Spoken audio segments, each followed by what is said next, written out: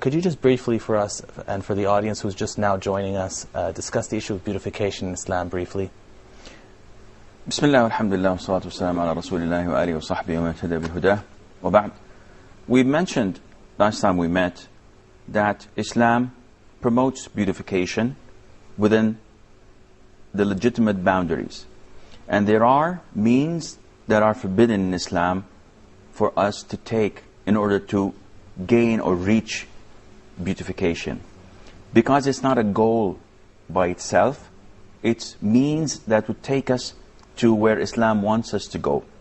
And we've mentioned that a husband should look good for his wife, and a wife should look well to her husband, and so on. And we said that Islam, if we try to dissect the forbidden things, talks about three things, and this is what I believe, it might be more, but these are the categories that I think that Islam talks against in forms of beautification. We said that the main reason for making these things forbidden in Islam is that people seek beautification, and at the same time they alter the creation of Allah. Something that, as Allah mentioned in the Quran, and you quoted last time, yes, this is something that the shaitan is really eager and he's working hard to do. That's true, as mentioned in Surah An-Nisa and elsewhere. So these two reasons should prevent Muslims from following the footsteps of shaitan and not pursuing the concept of beautification, the concept of being young forever, because this goes against Islam. And we've also mentioned that there are three forms or categories that usually beautifications fall under. You either beautify the hair on your body, whether it's in your head or in your whole body, by removing or by keeping, by bleaching, by dyeing. So this is the first category, and that I would like to pursue, if you don't mind. Could you just mention some of the other categories, and then we'll go on to the first category, inshallah? The second category is using the color on the body, and this falls under, for example, tattooing, because you use ink or special paint to fill the puncture one makes on his body or on the skin. Bleaching. So is this kind of beautification, if we can consider this to be beautification? Yeah, we're considering white beautification over black, because Allah created all creatures and created them all with their unique beauty. And this is ridiculous when you come to look at it. Changing your color, you're that humiliated? Why? You should be proud of your color. Why follow the media? But this is, again, another topic.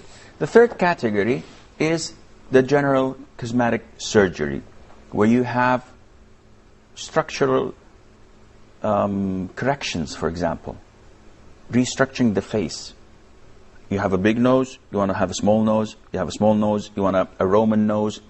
Botox injections to remove the wrinkles or to give the lips There's a lot of different forms, inshallah. Yes, a lot, and it's the body, reducing the size of the body, enlarging parts of the body, and so on.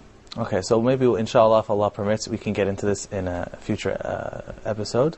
But let's go back to the first category that you were mentioning, barakallahu feekum, which was regarding the hair. No. Now, the hair on the body, scholars say, is divided into three types.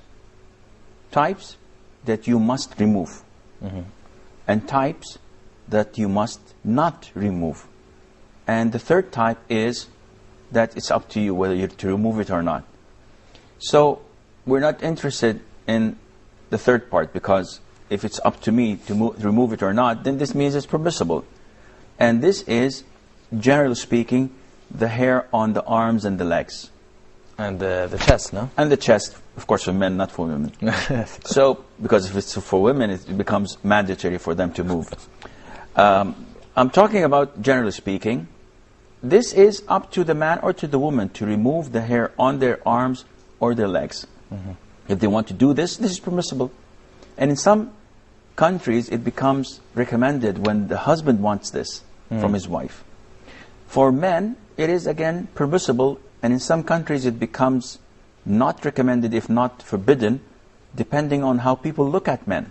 Depending on the culture that's involved. So if they consider this to be a form of gayness or homosexuality, then it becomes forbidden. Or even imitation of women, because in the West it's very common that only women would shave their legs and arms, for example. It depends. Okay. If you look, and I hope you don't look, but if you look at bodybuilders, they do remove all the hair on their bodies because they have to show off, and this sport is not permissible in Islam.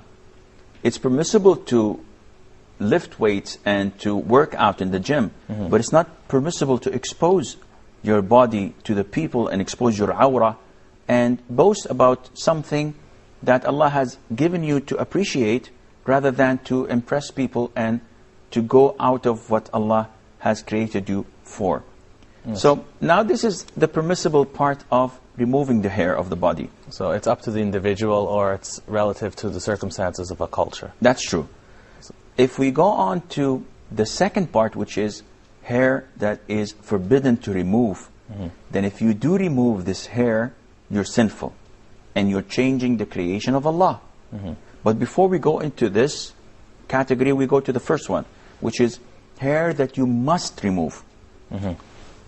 Maybe someone would ask, listen, if we must remove this hair, isn't this hair part of what Allah has created?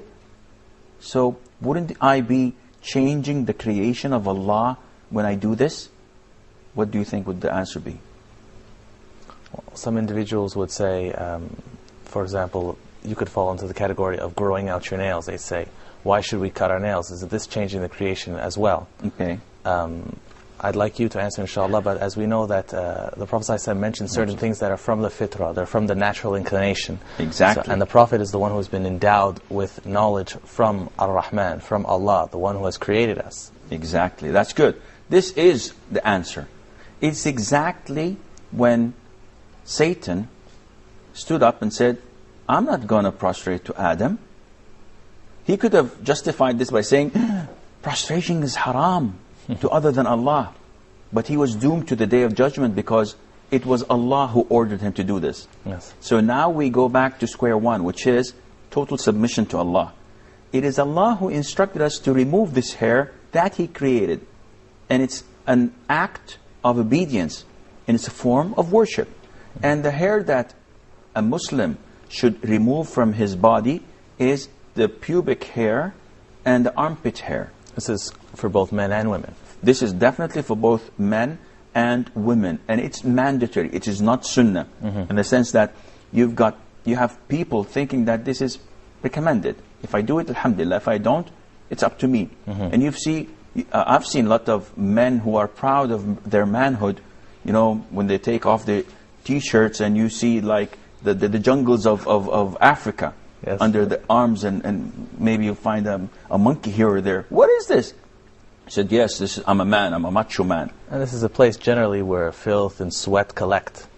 The biggest and most famous man that ever walked the earth was the Prophet ﷺ. And it is part of his full manhood that he used to remove the armpit hair and the pubic area hair. This is what he instructed us to do. And this is part of the cleanliness of a Muslim, not only externally, but also internally. So this is a must. We have something that is in between. That is, you must not remove it. It's forbidden for you to touch. So we discussed what you have to remove, which is the underarm and the private area, the hair that's found at the underarms and the private area. And now we're moving on to the second category, inshallah, which is that which you can't remove. That's true. Of course, we mentioned at the very beginning the thing that is permissible to remove. It's up to you. You want to remove it or keep it. Now we go into the things that you must not remove. For men, it's the beard. It is forbidden for them to remove it. And this has evidence from the Quran in one verse, and it has ample evidence from the Sunnah of the Prophet ﷺ and the consensus of the scholars throughout the time, the four schools of thought, that it is forbidden to be shaved. And they differ whether it is permissible to cut it short or not. And those who say it's permissible, they say that whatever exceeds a fist length, it's permissible for you to shorten. And they base this off the hadith of Abu Huraira and Ibn Abdullah ibn Umar. Yes, when this they is went true. for Hajj and they cut their beard. Yeah, but unfortunately people nowadays go like this, and they do it from the top instead of the bottom. Yes. And again, I follow the opinion that says that it's not permissible at all to touch the beard. And this is part of the Sunnah. It's different schools of thought. Also, we can see with the Prophet ﷺ, with regards to the Prophet ﷺ, who's the best of examples, that there's many hadith which narrate that his beard reached about half his chest. And so we can see from the Sunnah of the Prophet ﷺ and in his wording how he amplified to just leave it. And Yes. Clean it and comb it. What is the hair that's for a woman, for example, if she has a beard growing like some of these women in circuses, does she have to keep it as well? Well, definitely she has to remove it, because this goes against her nature. So as it is forbidden for men to shave their beards because it goes against their nature and makes them look like women, likewise women, if they grow a beard or a mustache, they are compelled, they are forced to remove it so that they would not imitate men. And having said that, the length of the beard is either to be left as it is, or it should not be shorter than a fist. Other than that, this would not be permissible with the majority of scholars. And a lot of the Muslims, unfortunately, seem to think, and I don't know where they get this thinking from, that it's a sunnah. If you do it, you are rewarded. If you don't, there's nothing wrong in that. I think this has to do with some scholars mentioned that a lot of Muslims view anything that came in a hadith, whether or not it was an order or forbiddance, when they see something came in a hadith specifically, they say, oh, it's just sunnah. But the word sunnah has two meanings. It has the meaning of sunnah, something that the Prophet ﷺ did, and sunnah, a revelation that came from Allah through the Prophet ﷺ, which is found in the authentic ahadith, which could either be an order from the Prophet ﷺ, which is in effect an order from Allah. It can be forbidding something that wasn't necessarily forbidden in the Quran. This is beautifully stated, and it's exactly the right thing or the right way to look at it. Sunnah can mean the way. So anything that the Prophet did ﷺ is a sunnah. Even the 5 mandatory obligatory prayers, they are considered to be sunnah because he did it. But once you want to classify it, whether it is mandatory, recommended, permissible, not recommended or forbidden, then this is a different story. So when we talk about the beard as something that the Prophet did, it's a sunnah. But when we want to talk about the ruling of the beard, of growing the beard, or actually let us say leaving the beard. See, you don't have to grow it if it doesn't come out. You don't have to put fertilizers in your face and water it every day hoping that it grows up. This is not what Allah wants from you. It's actually more work to get rid of it every day. It's true, and it's more expensive as well. So this is, if you look at the ruling, it is mandatory. Now, having said that, for women, it's mandatory to remove. If some women have the misfortune Yes. of growing facial hair. Okay. Women, on the other hand, have hair on their bodies that must not be touched. And this is referred to the eyebrows. As we've mentioned in the previous hadith, where the Prophet ﷺ said about the women plucking the eyebrows, and he said that, may Allah curse the woman who plucks the eyebrows and the woman who has that done. So plucking the eyebrows is forbidden for a woman. So what about a woman trimming the eyebrows with a shaver? The most authentic opinion upon scholars that it is also not permissible, neither to shave it, trim it, or to cut the long bits of it, because it falls under the same category of changing the creation of Allah for the purpose of beautification. So it's causing the same result in the end, such as when the Prophet ﷺ mentioned the issue of removing the hair found under the armpits, he mentioned for men that they have to pluck it. But some ulama, they said, as long as they're removing, because that's the main intention, is to remove it. So whether it's by plucking or by cutting. So likewise, if a woman were to play around with her eyebrows, whether by scissors or a knife or a shaver or by plucking it by hand or anything of that form, is impermissible. Well, regarding plucking of the armpit hair, it's the Shafi'i, may Allah have mercy on his soul, who said that if you shave it, it's exactly like plucking it, because the removal is intended, and the means are only sunnah. Other scholars say no. The Prophet ﷺ did not vary the means by saying you have to shave the private hair and pluck the armpit hair. And I believe the opposite for women. Yes. Some say this is the true. But generally speaking, the concept is there, which is that a woman must not pluck.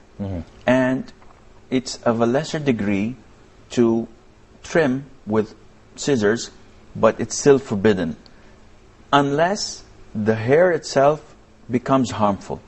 Or if the hair is extended into her eye. Yes. If this is the case, it is harmful. And we have tons of questions from women complaining and saying, listen, my husband wants this, my husband doesn't want that. And women say that our husbands insist on us plucking the eyebrows. So what do we do? Well, the answer is well known. It is not permissible for a person to obey another person in disobeying Allah the Almighty.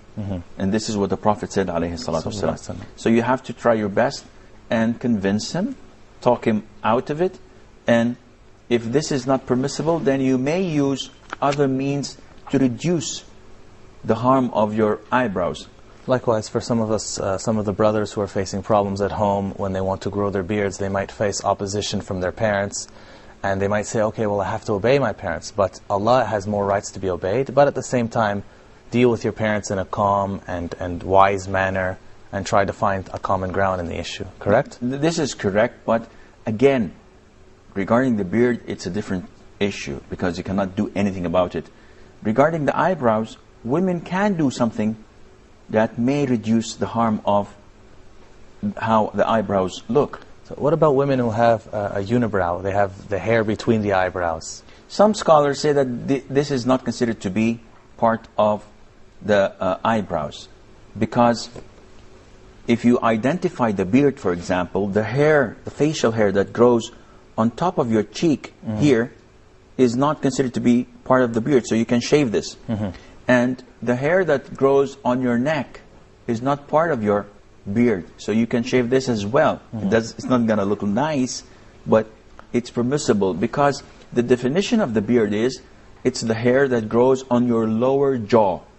So likewise, if you define the eyebrows, some people say it is part, and some say it is not part of the eyebrows. It's not directly covering the eye. Yes. So nose brow. Some scholars say it's permissible to remove.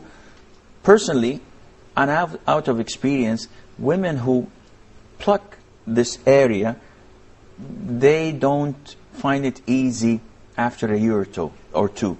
It becomes harder, harsher, and it looks ugly if they don't do it every single or every other day. And besides, when they're joined, they look beautiful on most women. It has a very beautiful look. But unfortunately, people are influenced by the media. They keep on seeing things. By the standards that are set in magazines, TV shows, movies. True. And they would like to imitate this, not knowing that they look more beautiful than what they see. But what I meant by saying that a woman has the means to reduce the size of her eyebrows in an Islamic way is by bleaching it. And this is an issue of dispute among scholars. Some say that bleaching it is changing the creation of Allah. Bleaching it meaning adding dye to it? Or? Yes, it's sort of oxygen that gives it the same color and tone of the skin. Okay, so coloring some of it to make it look thinner. It makes it look like the skin. So if I look at it from a distance, I wouldn't see the actual hair of the eyebrows. Okay. But if I come so close, then I can see that there is white hairs here, and it's shaped in a nice way. But the hair that was bleached is not visible until you come close to it. Okay. So some scholars say, no, this is considered to be tricking, and you're doing the same effect. You're causing the same apparent result. Yes, but at the end of the day, it's not plucking, it's not cutting the hair, and it's not removing it. So what's wrong in it? And this is the verdict of our Shaykh Ibn Uthaymeen, may Allah have mercy on his soul. Wow. And he says, now, bleaching is the legitimate way out. Women can do this, and it's not changing the creation of Allah the Almighty. One may argue and say, okay, is this unpermissibility of plucking the eyebrows only for women or also for men? The answer would be, it's also for men, because the majority who would do this are women. So if we end up finding men who do this, then it is more forbidden upon them. And in fact, we see that there's actually women who did this in the lifetime of the Prophet ﷺ, such that he mentioned directly. So if it was an action of the women, a man doing it would kind of be an imitation of women. Even though if it's an imitation of women doing something haram, it's still effeminate in itself, no? That is completely true. And unfortunately, nowadays, we have so many confusing things of men doing things that are strictly for women, such as ear piercing, and this would inshallah come on a later stage.